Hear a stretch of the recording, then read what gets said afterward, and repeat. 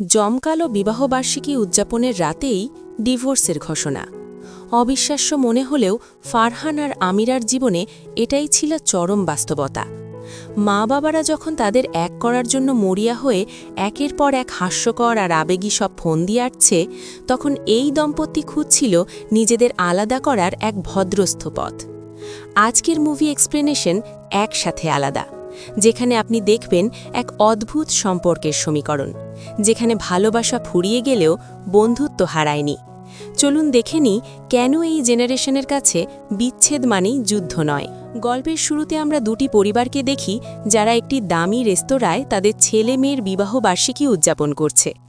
রহমান সাহেব ও মিলি দম্পতির ছেলে ফারহান বিয়ে করেছে তাদের পারিবারিক বন্ধু রোজি দম্পতির মেয়ে আমিরাকে। সন্তানদের এই বিশেষ দিনে মা বাবাদের উৎসাহ আর আনন্দের যেন কমতি নেই। এমনকি তারা আগামী বছর নাগাদ নানা দাদা হওয়ার পরিকল্পনাও সেরে ফেলছেন। কিন্তু অদ্ভুত বিষয় হল, যাদের জন্য এই আয়োজন, সেই ফারহান আর আমিরা যেন মোটেও খুশি নয়। তারা সব কিছুই করছে অনেকটা যান্ত্রিকভাবে, যেন ওপর মহলের চাপে পড়ে তারা এই অভিনয়টুকু করতে বাধ্য হচ্ছে। অনুষ্ঠান শেষে বাড়ি ফেরার পথে গাড়িতে বসে তারা হঠাৎ একে অপরের দিকে তাকায় এবং একই সাথে বলে ওঠে, আমি ডিভোর্স চাই। এমন জমকালো আয়োজনের রাতেই কেন তারা বিচ্ছেদের সিদ্ধান্ত নিল? উত্তর মেলে কিছুক্ষণ পরই।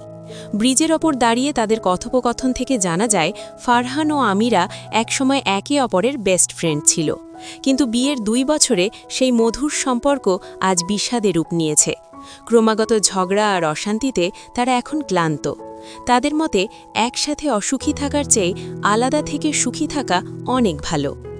একটা সময় তারা বেশ সুখে ছিল, কিন্তু সময়ের সাথে সাথে তাদের মধ্যে ছাড় দেওয়ার মানসিকতা বা কম্প্রোমাইজ করার প্রবণতা কমে যায়। যেমন আমিরা যদি কাউকে দাওয়াত দিত, ফারহান ইচ্ছে করেই দেরি করে আসত। রাত 8টার দাওয়াতে সে ফিরত 10:30টায়। আবার আমিরা যখন এ নিয়ে রাগ করত, ফারহান তাকে ছাড়াই দাওয়াত খেতে চলে যেত। অন্যদিকে আমিরা কখনোই ফারহানের অফিসের ব্যস্ততা বা বন্ধুদের সাথে আড্ডার বিষয়টি মেনে নিতে পারত না। বিয়ের পর ফারহানের অগোছালো স্বভাব, যেমন জিনিসপত্র যত্রতত্র ছড়িয়ে রাখা নিয়েও তাদের মধ্যে নিয়মিত ঝগড়া হতো। ফারহানও কখনো নিজের এসব অভ্যাস বদলানোর চেষ্টা করেনি। সবচেয়ে বড় সমস্যা ছিল, তাদের কেউই পার্টনারের জন্য নিজেকে বিন্দুমাত্র পরিবর্তন করতে রাজি ছিল না। আর একে অপরের প্রতি এই একগুঁয়েমি শেষ পর্যন্ত তাদের বিচ্ছেদের পথকে অনিবার্য করে তোলে। কিছুদিন পর ফারহান ও আমিরা আলাদাভাবে তাদের বাবা মায়ের কাছে ডিভোর্সের ইচ্ছা প্রকাশ করে। খবরটা শুনে দুই পরিবারই যেন আকাশ থেকে পড়ে। তাদের মাথায় নানা চিন্তা ঘুরপাক খেতে থাকে। ফারহানের কি কোনো শারীরিক সমস্যা আছে, নাকি আমিরা অন্য কোনো সম্পর্কে জড়িয়েছে? কিন্তু যখন তারা জানিল এর পেছনে বড় কোনো কারণ নেই, তখন তারা কিছুতেই বিচ্ছেদে রাজি হল না। কারণ তাদের বংশে আজ পর্যন্ত কারও ডিভোর্স হয়নি। লোকলজ্জা আর সামাজিক সম্মানের কথা ভেবে তারা দুশ্চিন্তায় পড়ে যায়। আমিরার মা রোজি তো ধরেই নেন নিশ্চয়ই কারো বদনজর লেগেছে। তাই তিনি তড়িঘড়ি করে স্বামীকে নির্দেশ দেন বনানীর এক হুজুর খুঁজে বের করতে। তবে এত কিছুর পরও যখন তারা ছেলেমেয়ের জেদ কমাতে পারল না, তখন ফারহানের বাবা রহমান সাহেব এক নতুন ফোন দিয়ে আটলেন। সিদ্ধান্ত হলো সবাই মিলে শ্রীমঙ্গলে একটি ফ্যামিলি ট্রিপে যাবে। ফারহান ও আমিরা যেতে না চাইলেও একটি শর্তে তারা রাজি হয়। ট্রিপ থেকে ফিরে তাদের ডিভোর্সের সিদ্ধান্তটি গুরুত্বের সাথে বিবেচনা করা হবে। শ্রীমঙ্গলে পৌঁছানোর পর এক চমক অপেক্ষা করছিল। হোটেলের ম্যানেজার তন্নি ছিল ফারহানের পুরনো পরিচিত। 5 বছর আগে এক বন্ধুর জন্মদিনের পার্টিতে তারা এক ক্রেজি নাইট কাটিয়েছিল। তবে ফারহানের মা তন্নিকে ফারহানের ধারে কাছেও ঘেঁষতে দিচ্ছিলেন না। মা বাবাদের মূল লক্ষ্য ছিল যে কোনোভাবে সন্তানদের পুরনো প্রেম ফিরিয়ে আনা। তাই তারা ফারহান আমিরার জন্য একটি বিশেষ হানিমুন সুইট বুক করে রাখেন। রুমে ঢুকে নবদম্পতিদের মতো সাজানো সব আয়োজন দেখে আমিরা ভাবল হয়তো ফারহানই সব ঠিক করার চেষ্টা করছে। কিন্তু ফারহান সাফ জানিয়ে দেয় সে কিছুই ঠিক করতে চায় না এবং এসব আয়োজনের পেছনে তার কোনো হাত নেই। আসলে সবটাই ছিল তাদের মা বাবার সাজানো নাটক। এরই মধ্যে আমিরার মা রোজি আরেক কাণ্ড ঘটালেন। তার প্ল্যান ছিল কৌশলে আমিরাকে সুইমিং পুলের পানিতে ফেলে দেবেন। যেহেতু আমিরা সাঁতার জানত না, তাই তাকে বাঁচাতে ফারহান নিশ্চিতভাবেই ঝাঁপ দেবে। আর এই ফিল্মি কায়দায় তাদের মধ্যে হারানো অনুভূতিগুলো আবার জেগে উঠবে। পরিকল্পনা অনুযায়ী গভীর রাতে রোজি নিজের স্যান্ডেল পুলে ফেলে দেন। আমিরা সেটা তুলতে গেলে পেছন থেকে ধাক্কা দিতে গিয়ে টাল সামলাতে না পেরে রোজি নিজেই পানিতে পড়ে যান, আর তাকে বাঁচাতে ফারহানের বদলে অন্য এক যুবক এসে কোলে তুলে ওপরে নিয়ে আসে। অর্থাৎ সন্তানদের মেলাতে গিয়ে তারা নিজেরাই এক চরম বিব্রতকর পরিস্থিতির মুখে পড়েন। সেই রাতে অভিমান করে ফারহান আমিরার সাথে না ঘুমিয়ে আলাদা বেডে শুয়ে পড়ে। তবে মাঝরাতে বেশ অস্বস্তি বোধ করায় শেষ পর্যন্ত সে আমিরার বিছানাতেই ফিরে আসে। পরিকল্পনা ব্যর্থ হলেও দমে যাওয়ার পাত্র নন তারা। সেই রাতেই দুই পরিবার আবার গোপন মিটিংয়ে বসে।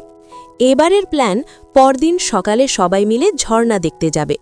পাহাড়ি ট্রেল দিয়ে হাঁটার সময় সুযোগ বুঝে অভিভাবকরা সবাই লুকিয়ে পড়বেন। তাদের ধারণা, গহীন পাহাড়ে ফারহান আর আমিরা যখন একা হয়ে পড়বে তখন বিপদে পড়ে হলেও তারা একে অপরের উপর নির্ভর করবে এবং এতে তাদের পুরনো বন্ধুত্ব আবার ফিরে আসবে। পরদিন সকালে পরিকল্পনা মাফিক সবাই পাহাড়ে উঠতে থাকে। বেশ কিছুটা পথ যাওয়ার পর মা বাবারা হঠাৎ হারিয়ে যাওয়ার অভিনয় করে আড়ালে চলে যান। ফারহান আর আমিরা যখন খেয়াল করে যে তাদের সাথে কেউ নেই, তখন বনের মাঝে শুরু হয় তাদের চিরাচরিত ঝগড়া। একে অপরকে দোষারোপ করতে করতে একসময় তারা ফিরতি পথ খুঁজতে শুরু করে। পাহাড়ি পথ দিয়ে ফেরার সময় অবচেতনভাবেই তারা নিজেদের পুরনো স্মৃতিগুলো রোমন্থন করতে থাকে এবং নিজেদের ভুলগুলো নিয়ে নতুন করে ভাবতে শুরু করে। এদিকে সন্তানদের আড়াল থেকে লক্ষ্য করতে গিয়ে মা বাবাদের অবস্থা নাজেহাল। শহরের মানুষের জন্য শ্রীমঙ্গলের জঙ্গলে লুকিয়ে থাকা মোটেও সহজ কাজ ছিল না। ফারহান ও আমিরার মায়েরা যেখানে লুকিয়েছিলেন সেখানে হঠাৎ মৌমাছির ঝাঁক তাদের উপর চড়াও হয়। অন্যদিকে ঝোপের আড়ালে থাকা বাবাদের নড়াচড়া দেখে ফারহান কোনো বন্য প্রাণী ভেবে লাঠি দিয়ে জোরে আঘাত করে বসে। এতে আমিরার বাবা অর্থাৎ ফারহানের শ্বশুর বেশ ভালোই চোট পান। দিন শেষে বিধ্বস্ত অবস্থায় তারা রিসর্টে ফিরে আসে। ডিনারের টেবিলে দেখা যায় দুই মায়ের মুখ ফুলে লাল হয়ে আছে, যেটিকে তারা স্কিন কেয়ার প্রোডাক্টের রিয়াকশন বলে চালিয়ে দেওয়ার চেষ্টা করলেও আমরা জানি ওগুলো ছিল মৌমাছির কামড়। অন্যদিকে ফারহানের শ্বশুর কোমরের ব্যথায় কুঁকড়ে যাচ্ছিলেন। খাওয়ার মাঝখানেই সেখানে হাজির হয় ফারহানের বান্ধবী তন্নি। তন্নির সাথে ফারহানের মাখামাখিটা পরিবারের কেউই সহজভাবে নিতে পারছিল না। এর মধ্যেই ফারহানের ফোনে একটি কল আসে। ফোনটি ছিল একজন ব্রোকারের। জানা যায় ফারহান ও আমিরা সিদ্ধান্ত নিয়েছে তাদের ঢাকার ফ্ল্যাটটি বিক্রি করে দেবে। বিক্রির টাকা সমান ভাগে ভাগ করে নিয়ে তারা দুজনে সম্পূর্ণ আলাদা ও স্বাধীনভাবে থাকবে। সন্তানদের এই চূড়ান্ত প্রস্তুতির কথা জানতে পেরে তাদের মা বাবারা এবার সত্যিই ভেঙে পড়েন এবং প্রচণ্ড ইমোশনাল হয়ে যান। মা বাবারা বুঝতে পারেন তাদের ছেলেমেয়েরা কোনো ঝোঁকের মাথায় বিচ্ছেদের কথা বলছে না, বরং অনেক আগে থেকেই তারা সুপরিকল্পিতভাবে এগোচ্ছে। মন খারাপ করে তারা না খেয়েই টেবিল থেকে উঠে যান। এদিকে সবার সামনে ব্রোকারের ফোন ধরায় ফারহানের উপর প্রচণ্ড রেগে যায় আমিরা। এমনিতেই তন্নির সাথে ফারহানের ঘনিষ্ঠতা তাকে পোড়াচ্ছিল, তার উপর স্বামীর এমন কাণ্ডজ্ঞানহীন আচরণ তাকে আরও ক্ষিপ্ত করে তোলে। সেই রাতে দুই মা সুইমিং পুলের পাশে বসে নিজেদের অসহায়ত্ব নিয়ে কথা বলেন। তারা উপলব্ধি করেন যে যত চেষ্টাই করা হোক এই বিচ্ছেদ আটকানো সম্ভব নয়। আসলে তাদের প্রজন্মের কাছে ডিভোর্স শব্দটা একটা সামাজিক ট্যাবু বা নিষিদ্ধ বিষয়ের মতো। ছোটবেলা থেকেই তাদের শেখানো হয়েছে ধৈর্য আর সহনশীলতার মন্ত্র। আমিরার মতো জীবনের শুরুতেই মানিয়ে নিতে না পেরে স্বাধীনভাবে বাঁচার সিদ্ধান্ত নেওয়াটা তাদের সময় অকল্পনীয় ছিল। অন্যদিকে ফারহান ও আমিরার বাবারাও একসঙ্গে বসে মদ্যপান করছিলেন আর আবেগপ্রবণ হয়ে পড়ছিলেন। সন্তানদের জেদের কাছে হার মানলেও তারা একে অপরকে কথা দেন ছেলেমেয়ের ডিভোর্স হয়ে গেলেও তাদের মধ্যকার দীর্ঘদিনের বন্ধুত্ব আজীবন অটুট থাকবে। সেই রাতটি ফারহান, আমিরা সহ পরিবারের প্রত্যেকের জন্যই ছিল প্রচণ্ড কষ্টের। তবে পরিস্থিতি শান্ত করতে ফারহান ও আমিরা এক নতুন ফন্দি আটে। ফ্ল্যাট বিক্রির কথা শুনে মা বাবারা যেহেতু খুব কষ্ট পেয়েছেন, তাই তারা ঠিক করে ফ্ল্যাটটি বিক্রি করে দিলেও তারা সেটি আবার ভাড়ায় নেবে। এতে মা বাবারা অন্তত মনে করবেন তারা একসাথেই আছে। পরদিন ব্রেকফাস্ট টেবিলে তারা যখন জানায় যে এখনই ফ্ল্যাট বিক্রি করছে না, তখন মা বাবাদের মুখে হাসি ফোটে। উঠে যাওয়ার সময় আমিরা তার শ্বশুর শাশুড়িকে জিজ্ঞেস করে তাদের জন্য কিছু আনবে কিনা। শাশুড়ি মিলি বেগম চা খেতে চাইলেও শ্বশুর রহমান সাহেব মাঝখান থেকে বলে ওঠেন যে চা খাওয়া স্বাস্থ্যের জন্য খারাপ, তাই যেন ব্ল্যাক কফি আনা হয়। স্বামীর এই আধিপত্য খাটানোর বিষয়টি মিলি বেগমকে খুব আহত করে। বিয়ের পর থেকে আজীবন তাকে স্বামীর মর্জি মতো চলতে হয়েছে। নিজের ইচ্ছার কোনো দাম পাননি তিনি। আজ আমিরার এই প্রতিবাদী আর স্বাধীন চেতার রূপ দেখে মিলি বেগম নিজের ভেতরেও এক অদ্ভুত পরিবর্তনের স্পৃহা অনুভব করেন। মিলি বেগম সবাইকে অবাক করে দিয়ে ফারহান ও আমিরাকে বলেন ঢাকায় ফিরেই যেন তারা ডিভোর্সের কাজ শুরু করে। তিনি বুঝতে পেরেছেন জীবনের শুরুতেই যেহেতু তারা বুঝে গেছে এই সম্পর্কটা সঠিক নয়, তাই অহেতুক তিক্ততা না বাড়িয়ে শুরুতেই আলাদা হয়ে যাওয়া ভালো। স্ত্রীর মুখে এমন কথা শুনে রহমান সাহেব প্রচণ্ড ক্ষেপে যান। বাবা হিসেবে তিনি কিছুতেই সন্তানদের বিচ্ছেদ মেনে নিতে পারছিলেন না। ঠিক সেই মুহূর্তেই মিলি প্রতিবাদী হয়ে ওঠেন।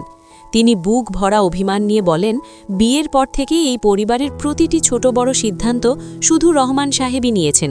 এমনকি মিলি চা খাবেন নাকি কফি সেটিও নির্ধারিত হতো স্বামীর ইচ্ছায়।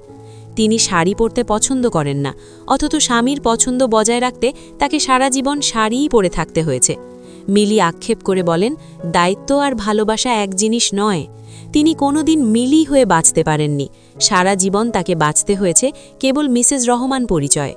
তাই আজ যখন সন্তানরা নিজেদের ভালো মন্দের সিদ্ধান্ত নিয়েছে, তখন রহমান সাহেবের সেখানে খবরদারি করার কোনো প্রয়োজন নেই। পরিস্থিতি নিয়ন্ত্রণের বাইরে চলে যাচ্ছে দেখে অভিভাবকরা সেখান থেকে সরে আসেন। তারা উপলব্ধি করেন তাদের মান্ধাতা আমলের চিন্তাভাবনা দিয়ে আজকের প্রজন্মের উপর জোর করা ঠিক হবে না। সন্তানদের ভালো মন্দ সন্তানদের হাতেই ছেড়ে দিয়ে এই অধ্যায়ের পরিসমাপ্তি ঘটে। এরপর গল্প আমাদের নিয়ে যায় 2 বছর সামনে। আবারও সেই শ্রীমঙ্গল। একই 2 পরিবার ফ্যামিলি ট্রিপে এসেছে। এবার মিলিকে দেখা যায় শাড়ির বদলে সালোয়ার কামিজ পরা অবস্থায়। অর্থাৎ মিলি সেদিন যে নিজের ভালো লাগার কথাগুলো বলেছিলেন, রহমান সাহেব এখন সেগুলো গুরুত্ব দিচ্ছেন। তাদের হাসি খুশি মুখ দেখে মনে হতে থাকে হয়তো ফারহান ও আমিরার ডিভোর্সটা আর হয়নি। কিন্তু কিছুক্ষণ পরে ভুল ভাঙে। ফারহান ও আমিরার কথা শুনে বোঝা যায় 2 বছর আগেই তাদের আইনগত বিচ্ছেদ হয়ে গেছে। তারা সেই পুরনো মন্ত্রেই অটল ছিল, একসাথে অসুখী থাকার চেয়ে আলাদা সুখী থাকা ভালো।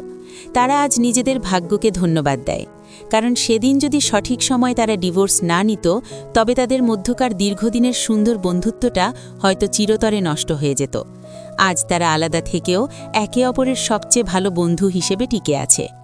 সেদিন সঠিক সময়ে আলাদা হয়ে যাওয়ার কারণেই আজ তারা একে অপরের পাশে এত সুন্দরভাবে থাকতে পারছে।